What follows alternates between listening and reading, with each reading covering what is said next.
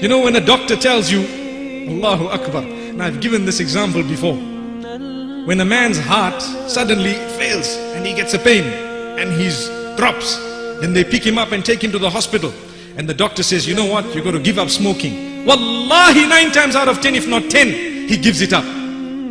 Why? One doctor told him that. One doctor. But for Allah subhanahu wa ta'ala, how many of us are ready today to say this habit is out? There we are. How many? Allahu Akbar. Are we waiting for a little heart attack before we can give up a bad habit? When Allah subhanahu wa ta'ala says, no, don't wait for that. I give you good health. But whilst you're in good health, leave that.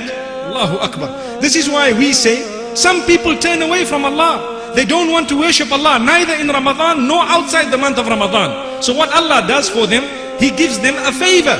What is that favor?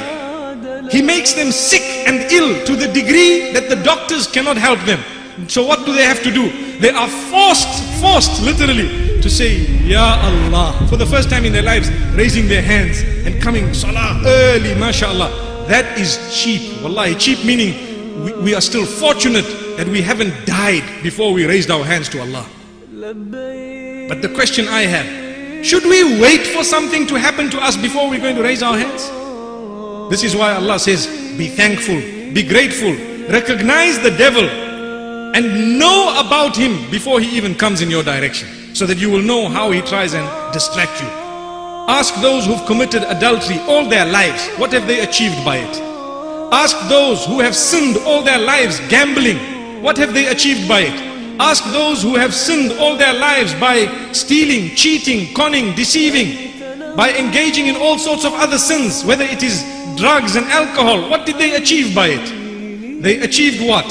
Momentary joy. Is that what they got? And now, if Allah has mercy on you, He will grant you a chance to say, Ya Allah, forgive me, never again will I do this.